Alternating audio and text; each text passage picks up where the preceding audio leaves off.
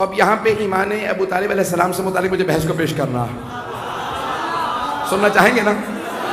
تو بھائی یہ جملہ پیش کر رہا ہوں، اس میں بڑی میری محنت ہے، اور اردو ادب کا مرکز مانا جاتا ہے پورے پاکستان کا کراچی کو، تو اس لیے مجھے پورا یقین ہے کہ میرا جملہ ضائع نہیں ہوگا۔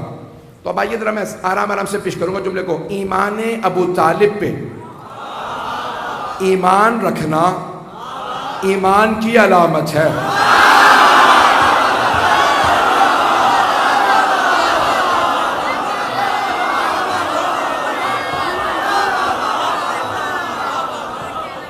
میں نے کہا تھا جملہ دہراؤں گا نہیں، اور واقعاً آپ نے حق ادا کیا ہے۔ جانے کے نامی اب یہ ایمان حضرت ابو طالب علیہ السلام سے متعلق پوری بحث کو پیش کر رہا ہوں۔ اچھا، ایک نہ جانے پتہ نہیں یہ بحث کیسے مسلمانوں میں شرائط کر گئی ہے کہ کسی اور سے متعلق یہ بحث نہیں پیش کی جاتی۔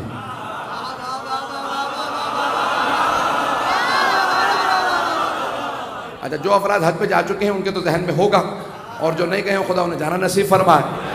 جب آپ حج پہ جائیں گے نا تو وہاں کوئی لفظ سوچ رہا تھا کہ کوئی اور کچھ استعمال کر لوں، تو اب وہاں آپ کو متوع ملیں گے، تو وہ آپ کو یعنی جنت معلیٰ جو قبرستان ہے رسول خدا کے اجداد کا، کہ جہاں جناب ابو طالب ہیں، جناب یعنی خود جناب سرور کائنات کے جناب خدیجہ ہیں، ان کے بیٹے ہیں، جناب عبد المطلب ہیں، جناب ہاشم ہیں، اور یہ کوئی نہیں سوچ رہا کہ بھئی یہ نہیں، یہاں پہ آپ فاتحہ نہ پڑھیں، یہ اسلام سے پہلے قبرستان بنا تھا، تو ہمیں بھی پتہ ہے اسلام سے پہلے قبرستان بنا تھا۔ ہم سے نہ لڑو، پیغمبر سے لڑو۔ انہوں نے قبرستان کا نام رکھا جنت معلیٰ۔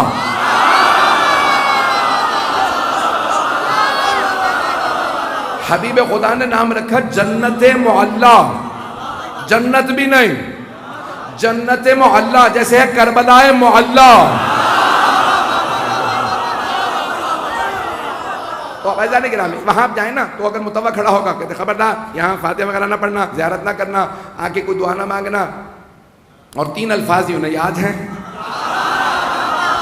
یہاں پہ اگر فاتحہ پڑھو گے، دعا مانگو گے، ذریعے پہ زیارت کرو گے تو بدعت ہے، شرک ہے، حرام ہے۔ میں بار بار کہہ رہا ہوں، نہ جانیں گے 3 الفاظ انہیں کون دے گیا۔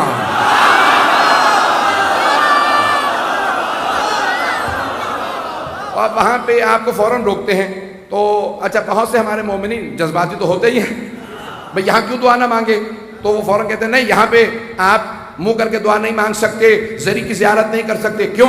کہا کیونکہ معاذ اللہ یہ کافر تھے۔ کون ہے یہاں؟ کہ جناب ابو طالب۔ بھئی کیوں؟ کہ نہیں یہ کافر تھے، اور کتابوں میں آیا کہ کافر تھے اس لیے زیارت نہیں کر سکتے۔ بھئی عزیزان گرامی، اتنے بہت سے صحابہ جن کے باپ کافر تھے،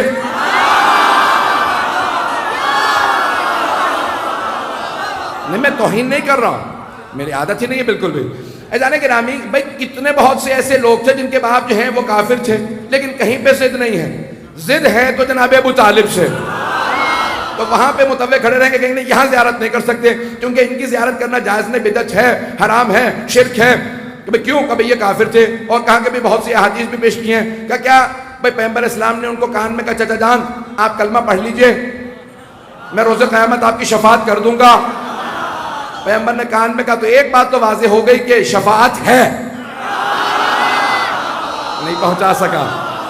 تو وہ کہتے ہیں پیغمبر نے، رسول خدا نے جناب ابو طالب کے کان میں کہا، میں کتاب کا حوالہ نہیں دے رہا ہوں، آپ کو معلوم ہے کہ اس کی دل آزاری نہ ہو جائے کتاب کا نام لوں گا تو اب کتاب میں آیا، ہماری مستند ترین کتاب ہے قرآن کے بعد، وہ کہتے ہیں تو اس میں لکھا ہوا ہے کہ رسول خدا نے کہا چچا جان، کان میں کہا چچا جان آپ کلمہ پڑھ لیجئے، میں آپ کی شفاعت کر دوں گا۔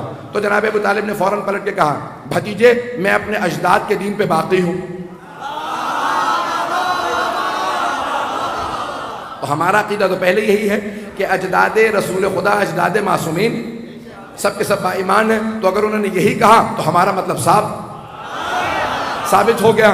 اب وہ کہتے ہیں کہ نہیں، رسول خدا نے کان میں کہا جناب ابو طالب سے چچا جان آپ کلمہ پڑھ لیجئے۔ مجھے تعجب ہے مسلمانوں پہ، سننے پہ آتے ہیں تو کان میں کہیں بات سن لیتے ہیں۔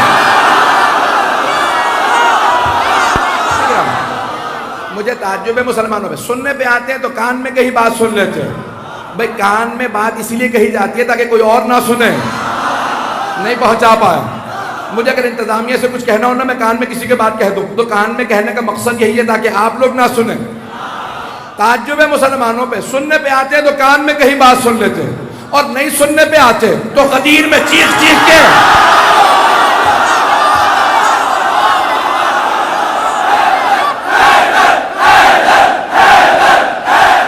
ایزان گرامی مجھے تعجب ہے، سننے پہ آتے ہیں تو کان میں کہیں بات سن لیتے ہیں، اور نہیں سننے پہ آتے تو غدیر میں چیخ چیخ کے اعلان کر رہے ہیں من کنت مولا فہذا علی المولا، اور وہاں پہ کسی کو سنائی نہیں دے رہا۔ ایک صاحب سے پوچھا بھائی آپ غدیر میں موجود تھے، پیغمبر نے کیا کہا؟ تو انہوں نے منہ بنا کے کہا میں ذرا دور بیٹھا تھا۔ انہوں نے دوسرے سے کہا تو تو سب سے آگے بیٹھا تھا، آپ تو سب سے آگے بیٹھے تھے تو آپ نے کیا سنا؟ کہا سنا میں نے لیکن دیکھ نہیں سکا۔ کہا سب سے آگے بیٹھے تھے دیکھ نہیں سکے؟ کہا سورج کی روشنی بہت زیادہ تھی، مجھے نہیں پتا سورج کی روشنی زیادہ تھی یا علی کے چہرے کا نور۔ تو عزیزان گرامی وہاں پوری بحث یہ ہے، وہ کہتے کہ نہیں آپ ان کو یہاں پہ آ کے سلام نہیں کریں، زیارت نہیں پڑھیں، اور یہ بدعت ہے، اور پیغمبر اسلام نے کان میں کہا تھا۔ اور بھئی اچھا ٹھیک ہے کان میں کہا تھا تو آپ کو کیسے معلوم ہے؟ کہ اس کے 3 راوی ہیں، آج 3 پہ چلتا رہے گا سارا سلسلہ۔ تو میں 3 راوی بتا رہا ہوں، میں کسی کی توہین مقصود نہیں، تینوں راویوں کی جلدی نام سن لیجیے۔ پہلے راوی ہیں عبداللہ ابن عباس، دوسرے ہیں عبداللہ ابن عمر، تیسرے ہیں ابو ہریرہ۔ تو 3 راوی ہیں، اور وہ کہتے ہیں قریش کے سارے سردار جمع تھے۔ پیغمبر نے ایک مرتبہ سرور کائنات نے آ کے اپنے چچا کے کان میں کہا چچا جان ایمان لے آئیے میں آپ کی شفاعت کر دوں گا۔ تو اب آئیے ذرا دیکھتے ہیں، میں تو تجزیہ کر رہا ہوں روایت کا، کیونکہ روایت کے اوپر تجزیہ جائز ہے، علم رجال کی بحثیں ساری اسی پہ، اور شیعہ سنی سب علم رجال کی بحثیں۔ پہلے عبداللہ ابن عباس، ذرا ان سے متعلق تجزیہ کر لیجئے، جو اس وقت 2 برس کے تھے۔ وہ تو روایت کر نہیں سکتے، یہ شاید آپ کے ہاں کراچی میں روایت 2 برس کے بچے سے شروع ہو گئی ہوں، تو آپ خاموش نہ بیٹھیے گا۔ وہ تھے 2 برس کے۔ دوسرے ہیں عبداللہ ابن عمر، وہ کہتے ہیں میں وہاں، بھئی قریش کے سرداروں کا جلسہ تھا، قریش کے سردار جمع تھے، تو آپ وہاں کیا کر رہے تھے؟ بھئی جب سردار جمع ہوتے ہیں نا وہ اوروں کو نہیں آنے دیتے، اور اس زمانے میں تو اور زیادہ پابندیاں تھیں، پتہ نہیں لوگ ہیں یا نہیں۔ تیسرے ہیں ابو ہریرہ، وہ ابھی مسلمان ہی نہیں ہوئے تھے، وہ مسلمان ہوئے 9 ہجری میں، 9 ہجری میں، مکے کے اندر ابھی سردار جمع ہیں۔ تو اب یہ 3 راوی میں نے تینوں کا بتا دیا آپ کو کہ صورتحال کیا ہے۔ بہرحال اب وہاں پہ پیغمبر اسلام نے کان میں کہا چچا جان آپ ذرا کلمہ توحید دہرا دیجئے۔ آج تک شیعوں میں تلقین باقی ہے کہ جب انسان دنیا سے جا رہا ہو تو اسے فوراً کہو اپنا عقیدہ دہرا لو، میں مانتا تھا لا الہ الا اللہ محمد رسول اللہ علی ولی اللہ، اور میں مانتا تھا کہ علی کے 11 بیٹے بھی امام ہیں، پہلے کا نام حسن، اور روایت میں ہے کہ 12 تک سب کے نام دہراؤ، اور ایک مرتبہ کہو کہ تم قرآن کو مانتے تھے، سیدہ کو مانتے تھے، سارے عقیدے کو دہراؤ۔ تو دہرایا عقیدہ اس کے لیے جاتا ہے جو با ایمان ہو، بے ایمان کو آخری وقت میں نہیں کہا جاتا۔ پہنچ رہی ہے توجہ ہے نا جانے کے رہا۔ خدا سلامت رکھے ان ماں باپ کو کہ جو ان بچوں کی تربیت کر رہے ہیں، کہ انہیں مجلسوں میں آنا سکھا رہے ہیں، نعرہ لگانا سکھا رہے ہیں۔ عزیزان گرامی میں پیش کر رہا ہوں، تو وہاں سردار جمع تھے، اور ایک مرتبہ جناب ابو طالب علیہ السلام سے اگر کہا سرور کائنات نے تو ہمارا عقیدہ یہی ہے، شاید اسی لیے یہ ہمارے ہاں رائج ہے۔ چھٹے امام نے کہا کہ جو مرنے والا ہو اسے کہنا عقیدہ دہرا لے، اور مرنے کے بعد قبر میں بھی جب دفناؤ تو دوبارہ عقیدہ دہرا دینا۔ ایک جملہ یہاں پہ کہوں گا، اپنی ذاتی کیفیت بتا رہا ہوں۔ یقین مانیے کہ موت کے بعد جو تسکین مجھے محسوس ہوتی ہے نا، وہ تلقین پہ ہوتی ہے کہ پروردگارہ تیرا شکر ہے تو نے ہمیں لاوارث پیدا نہیں کیا، نہ جانے قبر میں کون کون جائے گا، کیسے کیسے جائے گا، تیرا شکر ہے تو نے ہمیں علی کا ماننے والا بنایا، قبر میں بھی جائیں گے تو مولا عزیزان گرامی، اب جناب ابو طالب کے ایمان سے متعلق کچھ باتوں کو پیش کرنا چاہوں گا کہ ہمارے ہاں عقیدہ یہ ہے کہ خود ہماری تفاسیر میں تفسیر صافی میں چھٹے امام سے روایت ہے کہ روز قیامت جب جناب ابو طالب اور جناب خدیجہ شفاعت کرنے پہ آئیں گے تو اگر مشرق سے لے کے مغرب تک لوگ جمع ہوں گے وہ سب کی شفاعت کر دیں گے، لیکن ان کا حق شفاعت ختم نہیں ہوگا، ان کا حق شفاعت ختم نہیں ہوگا۔ عزیزان گرامی، جناب ابو طالب کی انگوٹھی کا جو نگینہ تھا اس پہ لکھا تھا آمنت باللہ ربن، میں اللہ کی ربوبیت کا قائل ہوں، اپنے بھتیجے محمد کی رسالت کا قائل ہوں، وبابن علی ولیًا، اور اپنے بیٹے علی کی ولایت کا قائل ہوں۔ یہ ان کی انگوٹھی کا نقش تھا۔ عزیزان گرامی، میں دو مطالب پیش کرنا چاہ رہا ہوں۔ محرم کا مہینہ ہے، پوری دنیا کے اندر یتیم پروری کو رائج کرنے کی کوشش کی جا رہی ہے، ہم سب کو دعوت دیتے ہیں یتیموں میں ظلم نہ کرنا۔ پیغمبر نے فرمایا ہے جو کسی یتیم کے سر پہ ہاتھ رکھے جتنے بال اس کے ہاتھ تلے آئیں گے اتنے گناہ اس کے معاف ہو جائیں گے۔ یتیموں سے محبت کرنا، کبھی یتیم کے سامنے اپنے بچے کو بھی پیار نہ کرنا، بے انتہا احادیث ہیں، کیونکہ پیغمبر نے خود یتیمی کاٹی تھی۔ پیغمبر نے فرمایا کافل الیتیم کہاتین معی فی الجنہ، یتیم کو پالنے والا میرے ساتھ جنت میں ایسے جائے گا جیسے یہ دو انگلیاں ساتھ ساتھ رہتی ہیں۔ یتیم کو پالنے والا، ایک عام یتیم کو پالنے والا،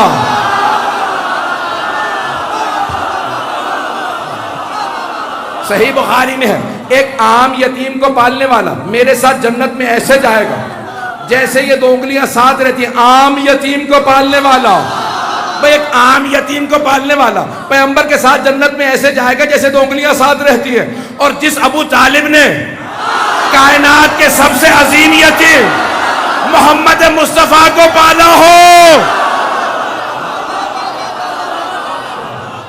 اب آئیے ذرا دلیلوں میں سے جو دلیل دی ہے جناب ابو طالب کے ایمان پہ، تو ہمارے علماء نے ایک دلیل یہ دی ہے کہ جب جناب سرور کائنات کا رشتہ آیا جناب خدیجہ کی طرف سے، اسلام میں مستحب یہ ہے کہ مرد رشتہ بھیجے، مرد رشتہ بھیجے خاتون کے احترام کے لیے، لیکن تاریخ میں تمام مؤلفین نے، مصنفین نے، مورخین نے یہ جملہ لکھا، شیعہ سنی نے بھی، حتیٰ جتنے اورینٹلسٹ ہیں، مستشرقین ہیں، غیر مسلم، سب نے لکھا کہ جناب خدیجہ نے سرور کائنات کے لیے رشتہ بھیجا۔ تو میں اکثر سوچا کرتا تھا کہ سرور کائنات کی یہ سنت ہے کہ انہوں نے پوری دنیا کو سکھایا کہ مرد رشتہ بھیجے، لیکن ان کے لیے رشتہ جناب خدیجہ کا آیا۔ تو اب میں بہت سوچتا تھا جناب خدیجہ نے کیوں رشتہ بھیجا، تو پھر میرے ذہن میں ایک بات آئی، جواب پیش کر رہا ہوں، دل کو لگے تو کوئی خاموش نہ بیٹھے، کہ جناب خدیجہ نے کیوں رشتہ بھیجا جناب سرور کائنات کے لیے، اور سب نے لکھا اتفاق ہے کہ جناب خدیجہ نے رشتہ بھیجا سرور کائنات کے لیے۔ تو میرے ذہن میں ایک بات آئی ہے کہ کیونکہ جناب خدیجہ ملکۃ العرب تھی، بہت دولت مند تھی، تو اگر رسول خدا رشتہ بھیج دیتے تو تمام کے تمام بد عقیدہ ملا یہ کہتے کہ محمد نے دولت دیکھی تھی رشتہ بھیج دیا، تو جناب خدیجہ نے رشتہ بھیج کے بتایا محمد نے رشتہ بھیج کے دولت نہیں دیکھی تھی، ہم نے پیغمبر کو پہچانا جب نہ قرآن آیا تھا نہ اعلان رسالت ہوا تھا، میں نے پہچان کے دولت محمد پہ قربان کی۔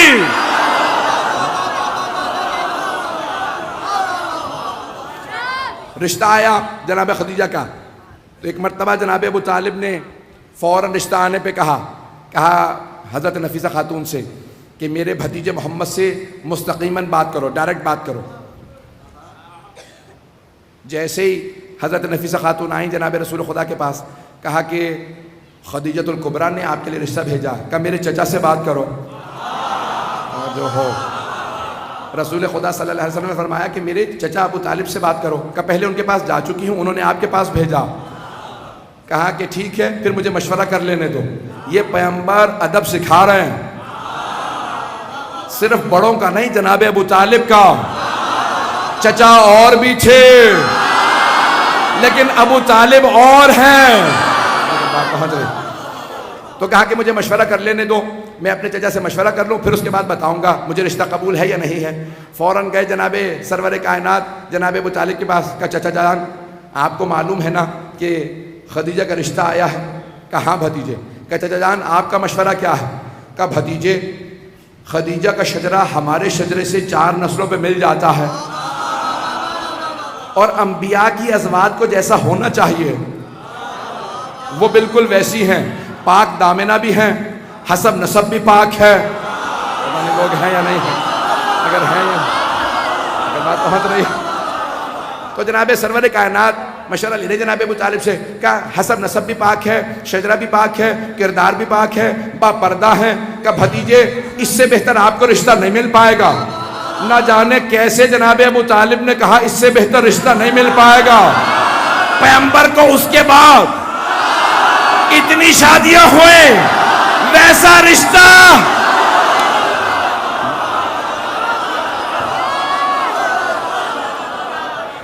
تو جناب ابو طالب نے کہا بھتیجے آپ کو اس سے بہتر رشتہ نہیں ملے گا، رشتہ قبول کر لیجئے. تو جناب سرور کائنات نے فوراً نفیسہ خاتون سے کہا ہمیں رشتہ قبول ہے. عزیزان گرامی پوری زندگی سرور کائنات صرف 2 چیزیں لینے گئے ہیں. اس جملے کو میں پورے اپنے خون جگر کے ساتھ پیش کروں گا. اللہ نے انبیاء کو بھی جب بلایا نا کتابیں دینے کے لیے، جناب موسیٰ سے کہا موسیٰ میں نے توریت بھیجنی ہے، کوہ طور پہ آ جاؤ. جناب عیسیٰ سے کہا جبل سعیر پہ آ جاؤ، انجیل نازل ہونے والی ہے. اللہ نے کتابیں بھی دی، انبیاء کو صحیفے بھی دیے. تو خود بلایا، جہاں پہ اللہ نے بلایا تھا وہاں کتابیں نازل کی. لیکن اللہ نے پیغمبر کو قرآن کے لیے بلایا نہیں، جہاں جہاں پیغمبر گئے، جہاں جہاں پیغمبر جاتے تھے وہاں وہاں قرآن آتا تھا. پتہ نہیں میں پہنچا پایا یا نہیں. عزیزان گرامی اللہ نے نہیں کہا کہ آپ غار حرا میں آ جائیں، پیغمبر غار حرا میں گئے، اللہ نے وہاں قرآن بھیج دیا. گھر میں آئے وہاں قرآن بھیج دیا. جناب خدیجہ کے گھر گئے وہاں قرآن بھیج دیا. جناب ابو طالب کے گھر میں آئے وہاں قرآن بھیج دیا. جنگ میں گئے وہاں قرآن بھیج دیا. صلح میں گئے وہاں قرآن بھیج دیا. مسجد میں تھے وہاں قرآن بھیج دیا. عرش پہ گئے وہاں قرآن بھیجا. کسی کو دوش پہ لیا.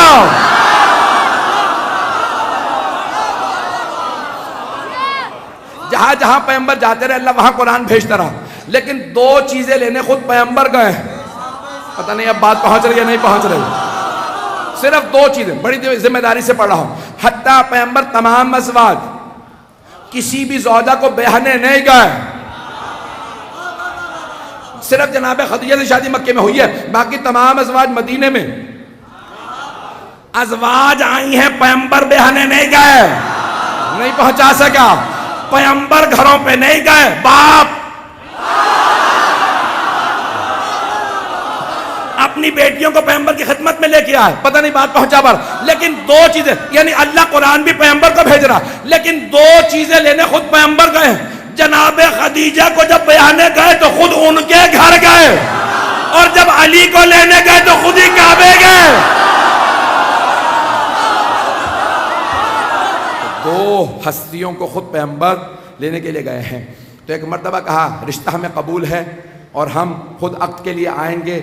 تو سرور کائنات نے کہا چچا جان میرا عقد آپ پڑھیے گا. سارا مجمع نہیں پہنچا اور مجھے انگلی پکڑ کے پہنچانا آتا ہے. حضرت امام محمد تقی علیہ السلام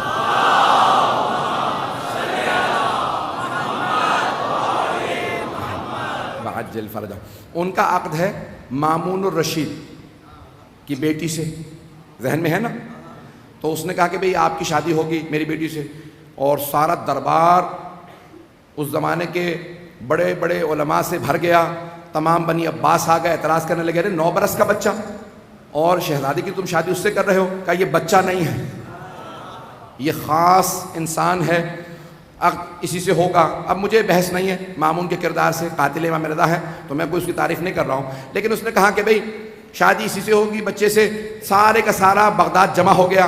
اور ایک مرتبہ مامون نے سوال کیا امام محمد علیہ السلام سے، کہا آپ کا عقد کون پڑھے گا؟ اتنے علماء کھڑے ہیں، ان میں سے انتخاب کر لیجئے.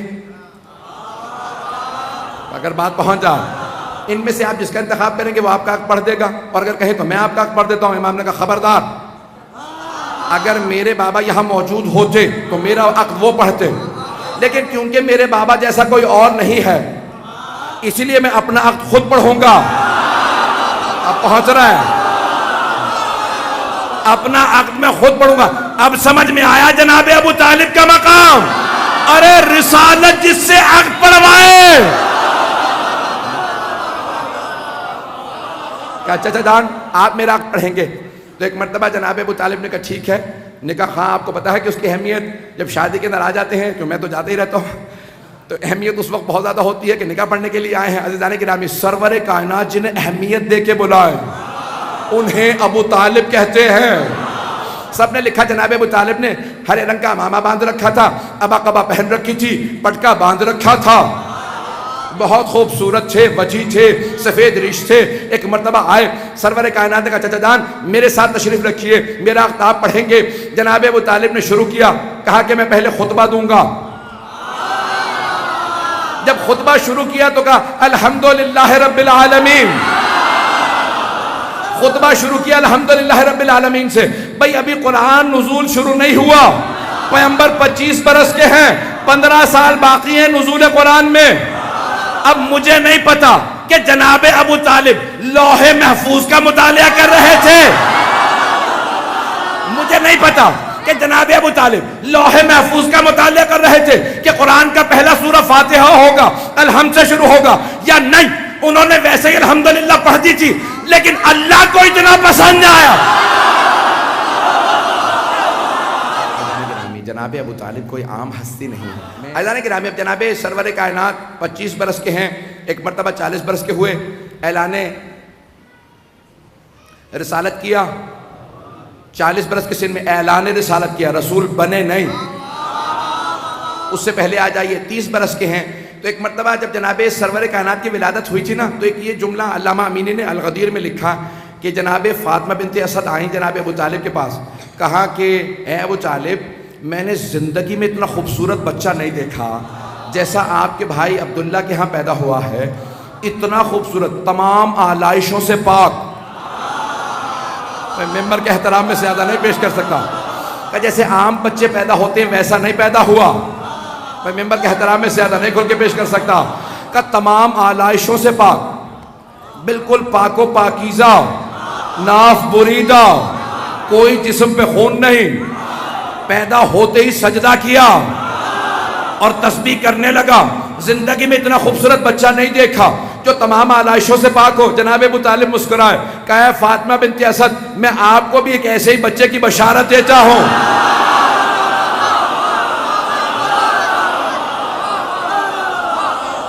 میں ایسے ہی بچے کی بشارت دیتا ہوں. 30 برس بعد آپ کے ہاں بھی ایک ایسے ہی بچے کی آمد ہوگی، اس میں یہ تمام صفات ہوں گی جو میرے بھتیجے میں ہیں، الا النبوہ، سوائے نبوت کے.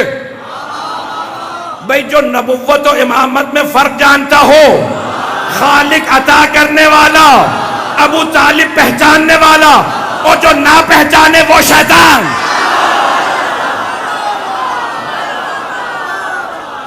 عزیزان گرامی، ایک مرتبہ کہا کہ فاطمہ بنت اسد میں آپ کو بشارت دیتا ہوں. عزیزان گرامی، 30 برس کے ہیں جناب سرور کائنات کہ جناب امیر علیہ السلام کی آمد ہوئی، کہ جناب ابو طالب نے دوبارہ آغوش میں لیا.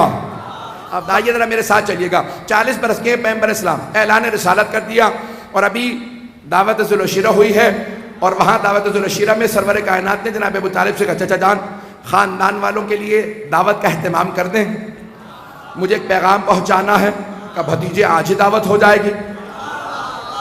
جناب ابو طالب نے فوراً ایک بیٹے کو آواز دی.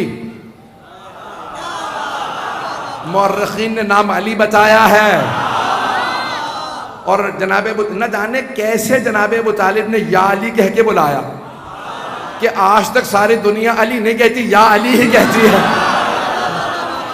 تو ایک مرتبہ کا یا علی، سارے قبیلے کو، سارے خاندان کو دعوت دے دیجئے، دعوت ذوالعشیرہ ہے. جناب امیر نے سب کو دعوت دی، میرے بابا نے سب کو کھانے پہ بلایا، کل اتنے بجے پہنچ جائیں. سب کے سب پہنچ گئے، سارا خاندان آ گیا، اور آپ کو پتہ ہے کہ کیسے کیسے افراد موجود تھے. تو ایک مرتبہ سب نے لکھا کہ ابو لہب جیسی آیا تو آنے کے بعد کہا ابو طالب تم نے ہماری توہین کی ہے، ایک بھیڑ کی ران پکانے کے بعد تم نے سارا قبیلہ بلا لیا، ہم میں سے ایک ایک آدمی پورا پورا بکرا کھانے والا. جانے لوگ ہے یا نہیں؟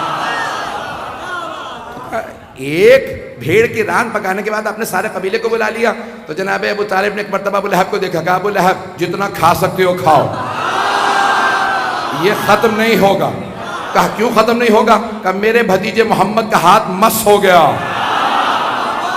ہاتھ مس ہو گیا. اب سمجھ میں آیا جب ہم زیارت کرتے ہیں تو کیوں کہتے ہیں مس کر لیا.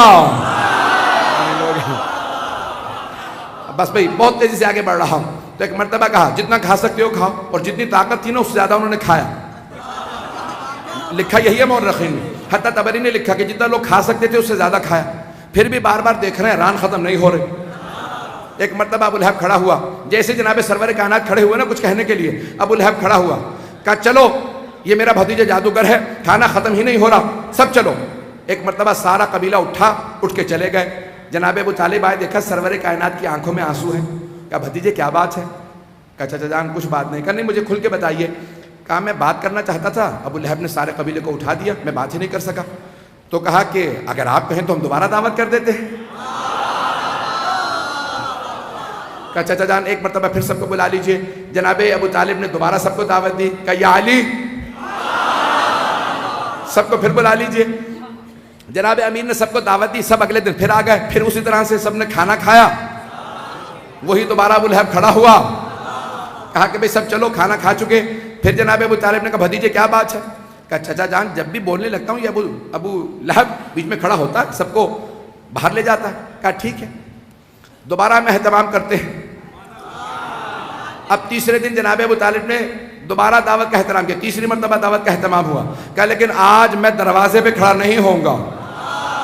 اب سمجھ میں آیا یہ بانیان کا دروازے پہ کھڑا ہونا کس کی سنت ہے؟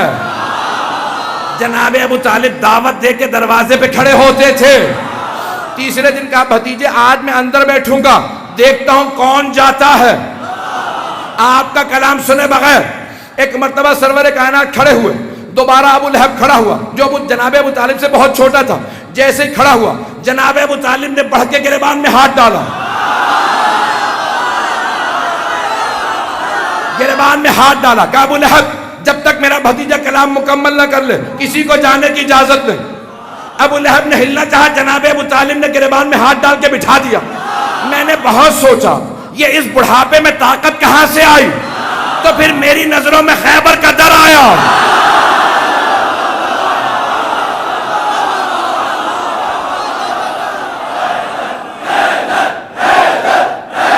جناب ابو طالب نے گریبان میں ہاتھ ڈالا, بٹھا دیا. تو میں سوچا کرتا تھا اس بڑھاپے میں اتنی طاقت کہ ابو لہب جیسے کہ گریبان میں ہاتھ ڈالے بٹھا دیں. تو مجھے سمجھ میں آیا یہ فاتح خیبر کے باپ ہیں. ایک مرتبہ کا سب بیٹھ جاؤ جب تک کہ میرا بھتیجا کلام مکمل نہ کر لے. تو ایک مرتبہ جناب رسالت مآب نے کہا قولوا لا الہ الا اللہ تفلحوا, لا الہ الا اللہ کہو فلاح پا جاؤ گے. اب ایک آدمی نے کھڑے ہو کے سوال کیا اللہ کو ہم مان لیں تو پھر آپ کون ہیں؟ کہ میں اس کا رسول ہوں. اس کے بعد جناب سرور کائنات نے ایک جملہ کہا, تاریخ طبری میں موجود ہے. آپ نے کہا جو بھی میرے اس مشن میں, میرے اس مقصد میں, میرے اس دین میں میرا ساتھ دے گا, میری نصرت کرے گا, جو بھی میرا ساتھ دے گا, میری نصرت کرے گا, میرے ساتھ چلے گا, فَهُوَ أَخِي وَوَسِيِّي وَخَلِيفَتِي من بعدی, وہی میرا بھائی ہوگا, وہی میرا وصی ہوگا, وہی میرا خلیفہ ہوگا, وہی میرا وزیر ہوگا. اب ایک مرتبہ ابو لہب دوبارہ کھڑا ہوا کہ ابو طالب اب تک تو تم بھتیجے کی اطاعت کرتے تھے, آج سے بیٹے کی بھی اطاعت کرو. نہیں پہنچا سکا. ابو لہب کافر تھا, مشرک تھا, لیکن ایک بات سمجھ گیا تھا, دعوت ذو العشیرہ میں خلافت کا فیصلہ ہو گیا.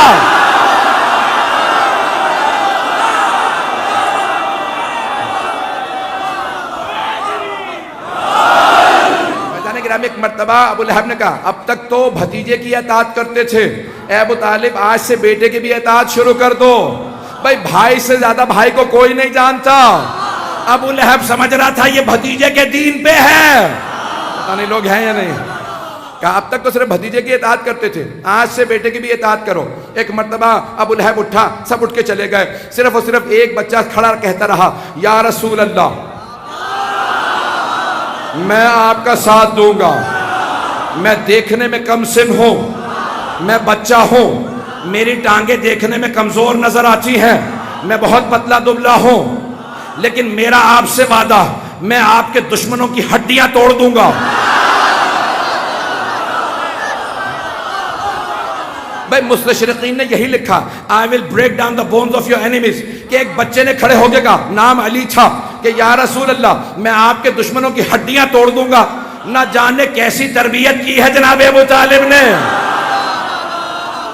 عزیزان کرام ایک مرتبہ جناب امیر نے کہا، بس بے وقت نہیں ہے، کہا میں آپ کے دشمنوں کی ہڈیاں توڑ دوں گا، میں آپ کا ساتھ دوں گا.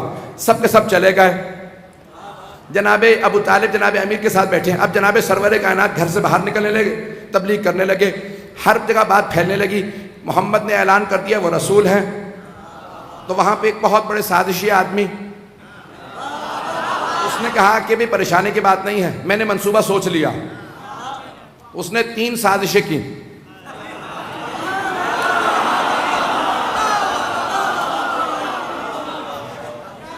کیا کروں آج، خدا گواہ کہ میں پلان کر کے نہیں آیا ہوں. تو اب اس نے 3 سازشیں کی. پہلے اس نے سب کو تیار کیا، کہا بھئی یہ شاعر ہے. اس زمانے میں شاعر نشے میں رہتے تھے، اس لیے ان کو ہوش نہیں ہوتا تھا. تو لوگوں نے، مردوں نے فوراً ان کو سیریس لینا بند کر دیا کہ بھئی یہ شاعر ہیں، قرآن سنا رہے ہیں، مت سننا. اور ویسے بہت سے لوگوں کی عادت ہوتی تھی کہ زبردستی سنا رہے ہیں کلام. تو اب ایک مرتبہ اس نے، ابو سفیان نے سازش کی کہ بھئی سب میں مشہور کر دو یہ شاعر ہیں. مردوں نے سننا بند کر دیا. اب خواتین کو قرآن نہ سن لیں تو کیا کہا جائے کہ بھئی یہ جادوگر ہیں. خواتین جادوگروں سے بہت ڈرتی ہیں، ایسا نہ ہو کہ عقل زائل ہو جائے. تو کہا بھئی یہ جادوگر ہیں. اب خواتین بھی دور ہو گئیں کہ کوئی کلام نہیں سن رہا، ہدایت کا پیغام نہیں لے رہا. کہا بھئی بچوں کو کیسے روکا جائے؟ کہا بچوں کے لیے بھی میرے پاس ایک منصوبہ. بچوں کو کہہ دیا جائے کہ یہ مجنون ہیں، دیوانے ہیں. بچے جو غیر مہذب ہوتے ہیں وہ دیوانوں کو پتھر مارنے لگتے ہیں. بچے ہاتھوں میں پتھر لگتے، پیمبر کو پتھر مارتے رہتے. اب سمجھ میں آیا، سازشیں کسی بھی حق کے خلاف 3 طرح کی ہوتی ہیں. حق کے خلاف سازشیں 3 طرح کی ہوتی ہیں. 3 طرح کی سازشیں حق کے خلاف ہوتی ہیں. 3 طبقات ہیں، مرد ہیں، خواتین ہیں، بچے ہیں. تینوں کو دور رکھنے کے لیے سازشیں کی. تو آج بھی سفیانی باقی ہیں. عزاداری کے خلاف بھی 3 طرح کی سازشیں ہیں.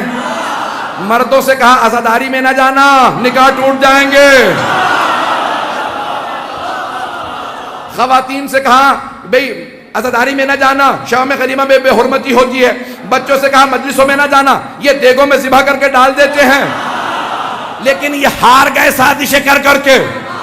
عزاداری نہیں رک رہی اور پھر بھی لوگ آ رہے ہیں. اب سمجھ میں آیا، یہ جتنے بھی ابو سفیان کی نسل والے ہیں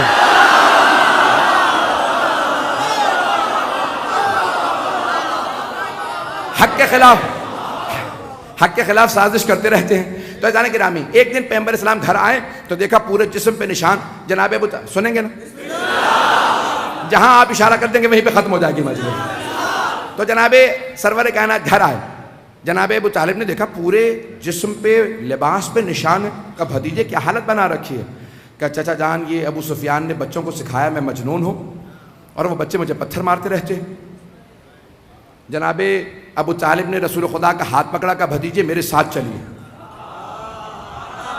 اور رسول خدا چل پڑے.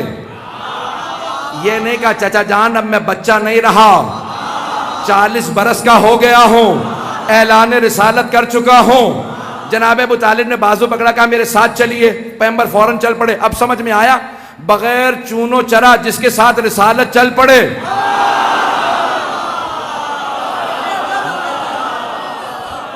وہ حضرت ابو طالب ہیں. تو جناب سرور کائنات کو لے کے جناب ابو طالب آئے تو وہاں پہ صنادید عرب، قریش کے سردار، تمام صنادید عرب بیٹھے تھے. ابو سفیان کا مہمان خانہ تھا، دروازے کھلے ہوئے تھے. جناب ابو طالب پھر بھی دروازے کھلے تھے، اندر نہیں گئے. دروازے پہ بہت زور زور سے دستک دی. سب نے دیکھا کہ ابو طالب آئے ہیں. سب اٹھے باہر آ گئے. سب سے آگے ابو سفیان کا، ابو طالب کیا بات ہے؟ کہا کہ ابو سفیان قریش کے بچوں نے میرے بھتیجے محمد کو پتھر مارے، ان بچوں کو پتھر مارنے سے روکو. ایک مرتبہ ابو سفیان نے دیکھا جناب رسالت میں آپ کو، اور پھر جناب ابو طالب سے کہا اے ابو طالب بچوں کا معاملہ ہے، بچوں میں رہنے دو.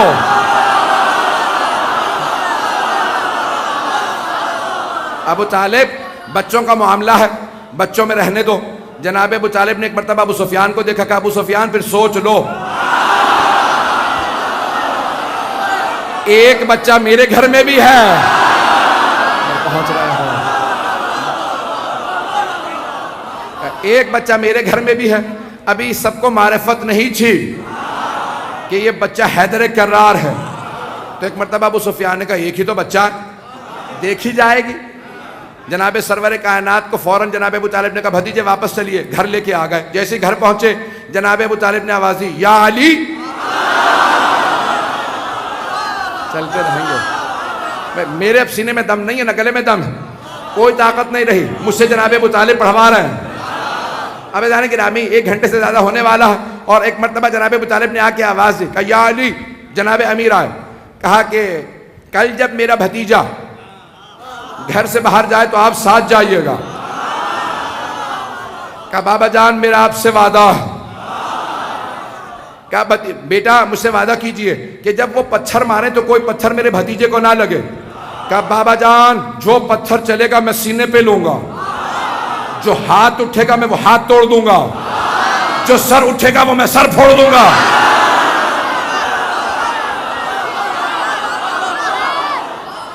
ایک مرتبہ سبحان و مدار ہوئی, جناب سرور کائنات اٹھے چلے, جیسے چلنے لگے باپ بیٹا کی آنکھوں ہی آنکھوں میں بات ہو گئی. لوگ ہیں یا نہیں. جناب ابو طالب نے جناب امیر کو دیکھا, جناب امیر نے جناب ابو طالب کو دیکھا, اشارہ کیا, جناب سرور کائنات چلے پیچھے جناب علی. قرآن میں ایک سورہ ہے, سورہ نمبر 91, اس کا نام ہے سورہ شمس. آیات پیش کرتا ہوں. بسم اللہ الرحمن الرحیم. والشمس وضحاہا, سورج کی قسم اور اس کی کرنوں کی قسم. والقمر اذا تلاہا, اور چاند کی قسم جو سورج کے پیچھے پیچھے آتا.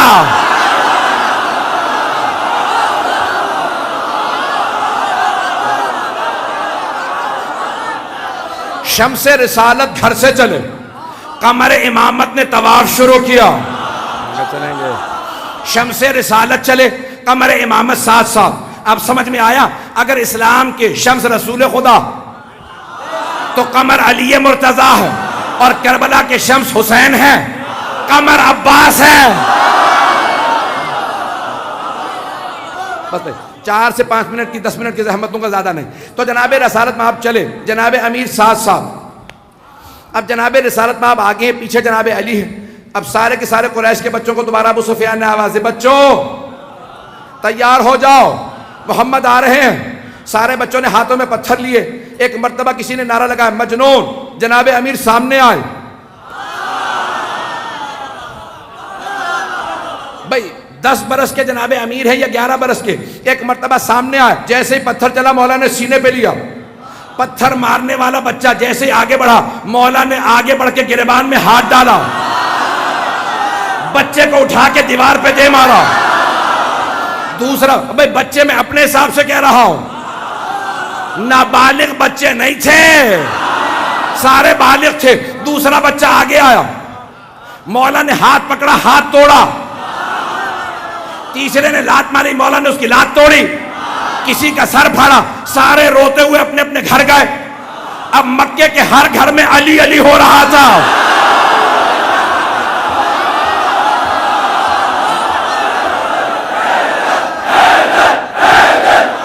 مکے کے اب ہر گھر میں علی علی ہو رہا تھا.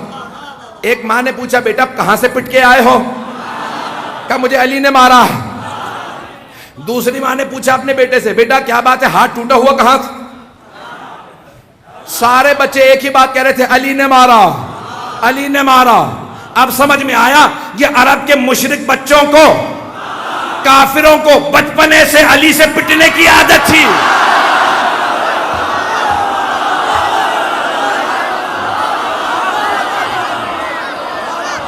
چلیں گے بھئی, سب میرے ساتھ چلیں گے. تو ایک مرتبہ جناب امیر علیہ السلام, سارے کے سارے گھروں کے اندر ایک ہی بات ہو رہی ہے, علی علی ہو رہا تھا. سب کے سب بڑے لوگوں نے اپنے بچوں کو لیا کہ ہمارے ساتھ چلو. یا میں یوں کہوں کہ عرب کے لوگ اپنے ٹوٹے ہوئے کھلونے لے کے ابو سفیان کے پاس آئے, اور وہ سردار تھا. کہا کہ ابو سفیان, ابو طالب کے بیٹے علی نے ہمارے بچوں کو مارا. ابو سفیان نے کہا اتنے بچے, پورا مکہ بچوں سے بھرا ہوا, اور ایک بچہ سب کو مار رہا. کہا تجھے نہیں پتا, ایک بچے نے کہا جب وہ بچہ سامنے آتا ہے نا آنکھیں ایسی ہیں بڑی بڑی آنکھیں ہیں جب وہ دانت بھیجتا ہے نا تو آنکھیں سرخ ہو جاتی ہیں وہ بچہ نہیں لگتا شیر لگتا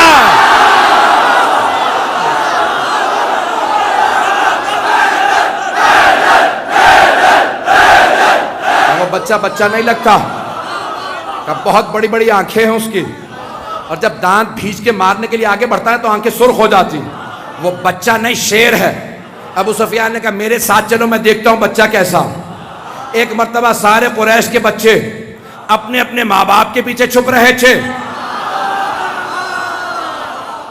اور ان کے ماں باپ ابو سفیان کے پیچھے چھپ رہے تھے ابو سفیان نے ایک مرتبہ دروازے پہ دستک دی دروازہ کسی نے بڑے خرامہ انداز سے کھولا لگتا ہے بڑا ہی کوئی مطمئن انسان ہے جسے کوئی خوف نہیں کوئی خطر نہیں لگتا ہے کسی ہے اسد اللہ الغالب کا باپ ہے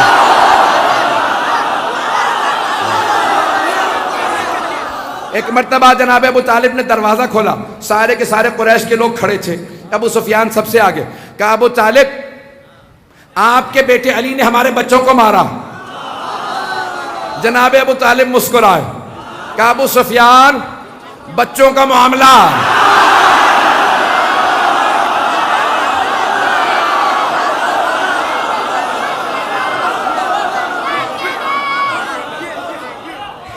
کہا ابو سفیان بچوں کا معاملہ ہے بچوں میں رہنے دو پتہ نہیں بات پہنچ رہی ہے نہیں پہنچ رہی اب سمجھ میں آیا جناب ابو طالب کے بصیرت کا مزاج کہا ابو سفیان بچوں کا معاملہ ہے بچوں میں رہنے دو اب ابو سفیان سب کو واپس لے گیا کہ سارے منصوبے فیل ہو گئے اتنے بڑے بڑے سازشی لوگ ہیں نہیں وہ اتنا بڑا سازشی ابو سفیان سارے منصوبے فیل ہو گئے کیا کس نے منصوبوں کو فیل کیا کہا ایک ابو طالب جو سارے کفر و کفار و نفاق کے تین ہی الفاظ ہیں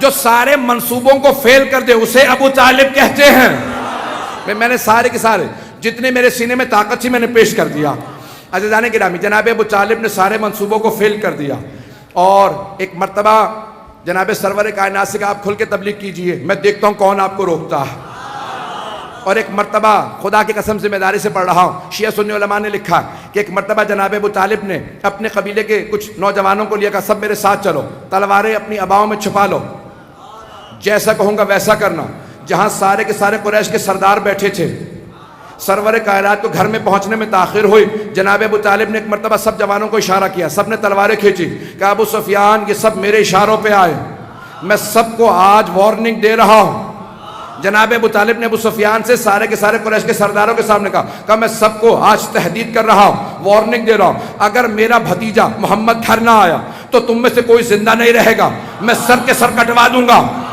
یاد رکھنا مجھے اپنی جان سے زیادہ محمد عزیز ہے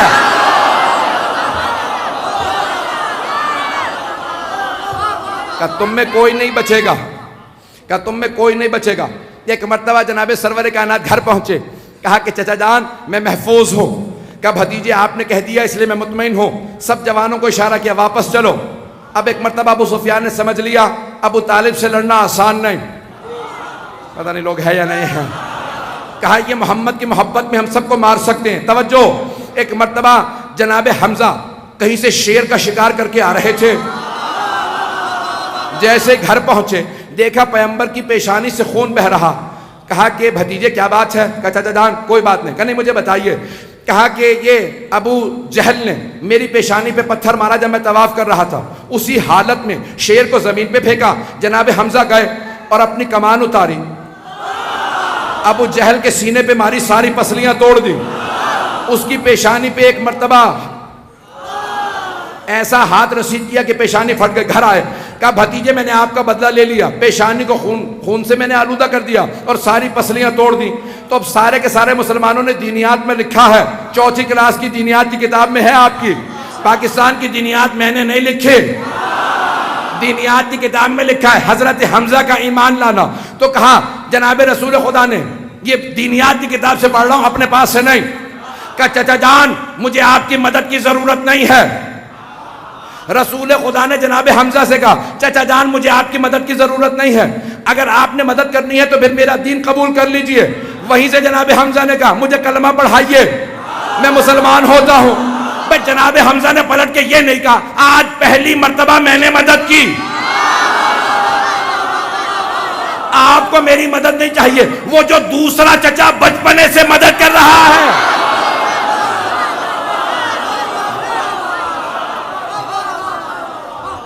اس کا مطلب ہے سارا خاندان جانتا تھا جناب ابو طالب کس درجے پہ فائز ہے.